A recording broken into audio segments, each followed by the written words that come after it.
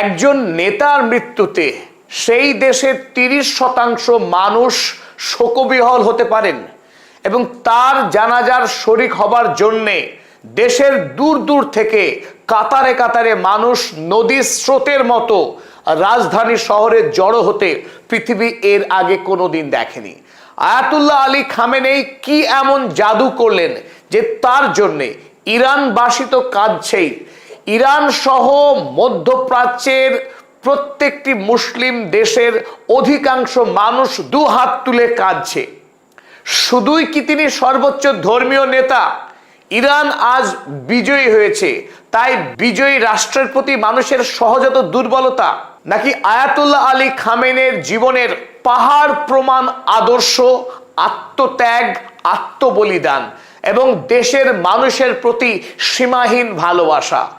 আমরা প্রথমেই আপনাদের দেখাবো এই ছবির একটি দৃশ্য। আপনারা দেখছেন আয়াতুল্লাহ আলী খামেনেই পরে আছেন একটি বস্ত্র, যে বস্ত্র ছিন্ন, ছেঁড়া, হাতের জামা স্পষ্ট কাপড়টি ছিঁড়ে গেছে, তিনি সেই ছেঁড়া জামা পরে আছেন। হ্যাঁ, এই সাধারণ একজন মানুষ, তিনি ইরানের গত 47 বছর ধরে ক্ষমতার অলিন্দে ছিলেন এবং গত 37 বছর ধরে ইরানের সর্বোচ্চ ধর্মীয় নেতা।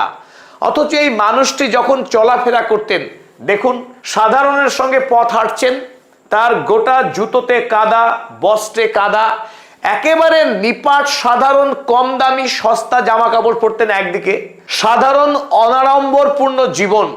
আর এই মানুষটি আয়াতুল্লাহ আলী খামেনেই, তিনি সরকারি পদে থেকেও কোনোদিন রাষ্ট্রীয় কোষাগার থেকে 1টি টাকাও বেতন গ্রহণ করেননি। কেন? তার কারণ আয়াতুল্লাহ আলী খামেনেই তিনি রাসূলুল্লাহ সাল্লাল্লাহু আলাইহি সাল্লামের বংশধর।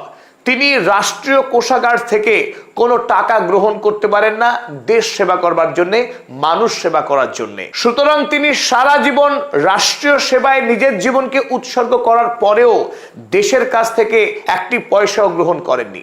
তিনি চাইলে এক নির্দেশেই তার জন্যে ইরানের যে কোনো প্রান্তে বিরাট বড় প্রাসাদ বানাতে পারতেন এবং সেখানে রাজার আরামে জীবন কাটিয়ে দিতে পারতেন। তিনি সারা জীবন বাস করেছেন নিজের একটি ছোট্ট সাধারণ বাড়িতে, আর যেদিন মারা গেলেন সেদিনও তার সেই নিজের সাধারণ বাড়িতেই তিনি শাহাদাত বরণ করলেন। তখন IRGC আয়াতুল্লাহ আলী খামেনেইকে বারবার অনুরোধ করেছিলেন বাংকারে গিয়ে বাস করবার জন্য, কারণ সাধারণ বাড়িতে বাস করা তার জন্য নিরাপদ নয়।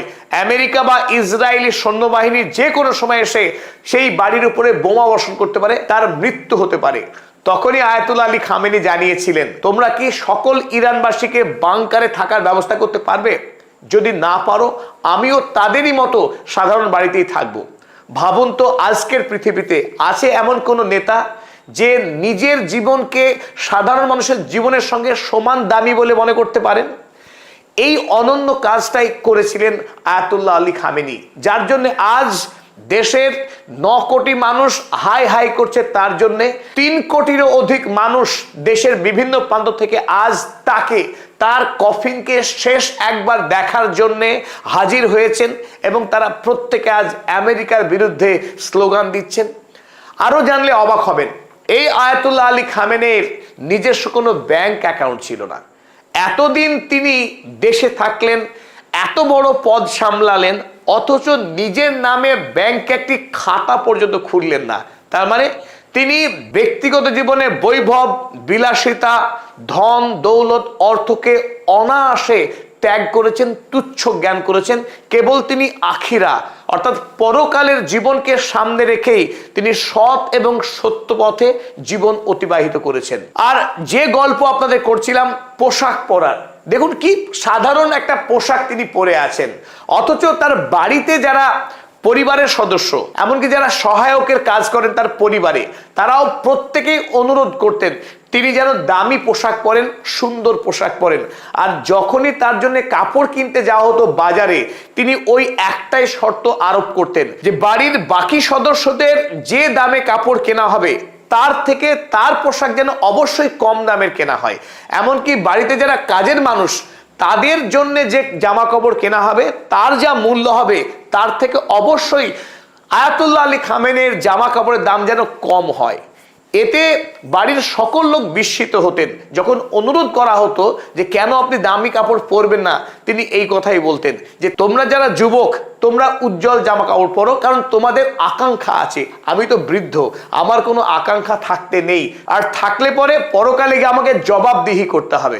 অর্থাৎ তিনি সর্বদা সহজ সরল জীবনকেই বেছে নিয়েছেন। এরপরে আজকের বর্তমান যে পৃথিবী, সেই পৃথিবীর যারা নেতা, আমাদের সাধারণ পাড়াগাঁয়ে যারা মেম্বার, তাদের ঠাঁটবাট দেখলে আমাদের ভিমরি খেতে হয়।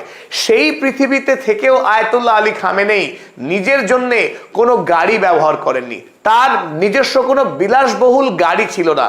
তিনি নিতান্ত সাধারণ মানুষের মতোই জীবন অতিবাহিত করেছেন। আবার এও মনে হতে পারে যে তিনি যেহেতু দেশের সবচাইতে বড় পদে ছিলেন, রাষ্ট্রীয় সকল পরিষেবাই তো তার পায়ের নিচে ছিল, সুতরাং তাকে আর ভাবতে হবে কি নিয়ে, ব্যাংকে খাতা খোলার ঝামেলা কোনো দরকারই বা কি, অসুখ হলে তো চিকিৎসা একেবারে পায়ের কাছে চলে আসবে। কিন্তু না, চিকিৎসা পরিষেবার ক্ষেত্রেও আর 5 জন সাধারণ নাগরিক তারা দেশের সরকারি হাসপাতালে যে চিকিৎসা গ্রহণ করতেন সাধারণ চিকিৎসকদের কাছ থেকে, চিকিৎসার ক্ষেত্রেও দেখুন আয়াতুল্লাহ আলী খামেনেই তিনি দেশের সাধারণ যারা চিকিৎসা পরিষেবা দানকারী তাদের কাছ থেকে তিনি চিকিৎসা গ্রহণ করছেন। করোনা পিরিয়ডের ঘটনা, গোটা জীবন তিনি এইভাবে ত্যাগের পরে ত্যাগ দিয়ে জীবন গড়েছেন।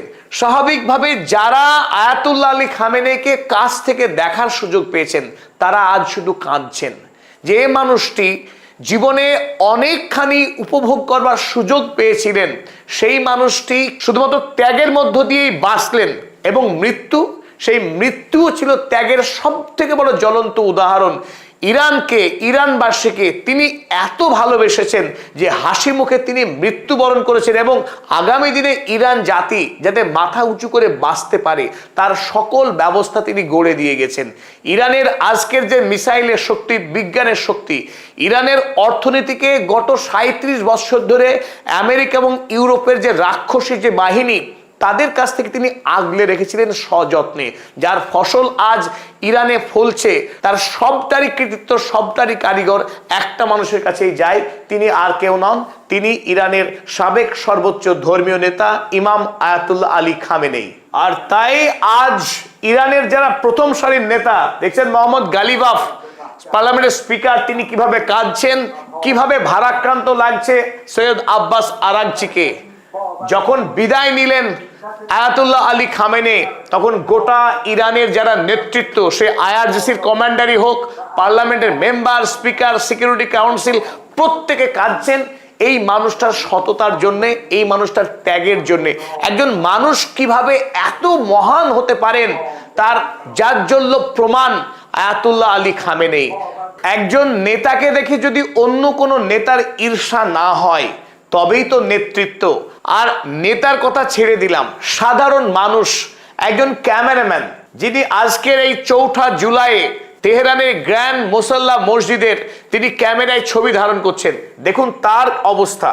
তিনি ক্যামেরা করতে করতে কিভাবে কান্নায় ভেঙে পড়ছেন, যে সাধারণ মানুষ চোখের পানি কেউ আটকাতে পারছে না। যে বিদায় নিলেন তিনি আর ইরানে ফিরবেন না। 100 বছরে 200 বছরে এমন মানুষ আর ইরানের বাড়িতে পা দেবে কিনা, তার জন্ম হবে কিনা এমন মহামানবের, সেটাই প্রশ্ন সবার কাছে। আয়াতুল্লাহ আলী খামেনেই বারবার পৃথিবীতে আসে না, তাই সাধারণ ইরানবাসী আজ হাহাকারে বুক ফাটাচ্ছে তার জন্যে। আর তার জন্যই আজ শুরু হয়েছে জনপ্লাবন, বাঁধ ভাঙা আবেগ নিয়ে কোটি মানুষ তারা আজ সমবেত হয়েছেন আয়াতুল্লাহ আলী খামেনেইকে শেষ বিদায় জানাতে। এবং আমেরিকা এবং ইসরায়েল যারা এই মহামানবকে খুন করেছে, সেই খুনিদের বিরুদ্ধে বিচার চেয়ে, আমেরিকা ইসরায়েলের ধ্বংস চেয়ে আজ ইরানবাসী, ইরাকবাসী, লেবাননের মানুষ ঐক্যবদ্ধ হয়েছেন। তারা আজ হুঙ্কার দিচ্ছে আমেরিকার পতন চেয়ে, জায়নবাদের পতন চেয়ে। এটাই একজন মানুষ গোটা ইরান জাতিকে ঐক্যবদ্ধ করেছে, গোটা মধ্যপ্রাচ্যকে বিনা সুতোর মালায় গেঁথেছে। আজ Iraq, Iran, Lebanon, Syria, Saudi আরব, তুরস্ক, পাকিস্তান, আফগানিস্তান, তুর্কমেনিস্তান, কাজাকস্তান, এই মধ্যপ্রাচ্য তথা মধ্য এশিয়ার কোটি কোটি মানুষকে একত্রিত করেছেন একজন নেতা, যার নাম আয়াতুল্লাহ আলী খামেনেই। তাই তার বিদায় মানব জাতির ইতিহাসে একটি অবিস্মরণীয় গল্প হয়ে থাকবে। পৃথিবীর কোন রাষ্ট্রনায়ক বর্তমান দিনে যারা শাসন করছেন, কোটি কোটি টাকা, বড় বড় রাজপ্রাসাদ, অঢেল রয়েছে তাদের, কিন্তু তাদের জন্য কেউ চোখের এক ফোঁটা পানি ফেলবে কিনা মৃত্যুতে, তা নিয়ে রয়েছে সন্দেহ। কিন্তু সেই পৃথিবীতে দাঁড়িয়ে Ayatollah Ali Khamenei crore crore মানুষের হৃদয় করে নিলেন জয়। এটাই তার মহত্ব। তাই আয়াতুল্লাহ আলী খামেনেই মাটির পৃথিবীতে মাটির ঘরে বাস করেও তিনি আকাশ ছুঁয়েছেন, করেছেন কোটি মানুষের হৃদয় জয়। আয়াতুল্লাহ আলী খামেনেই আগামী পৃথিবীতে অসংখ্য বৎসর ধরে বহু নেতাকে পথ দেখাবেন, বহু পথভ্রষ্ট নেতাদের সঠিক পথে আসার প্রেরণা হয়ে কাজ করবেন এবং মুসলিম বিশ্বের ঐক্য সাধনেও তার ব্যক্তিত্ব আলোকবর্তিকা হয়ে পথ দেখাবে বলে আমাদের পূর্ণ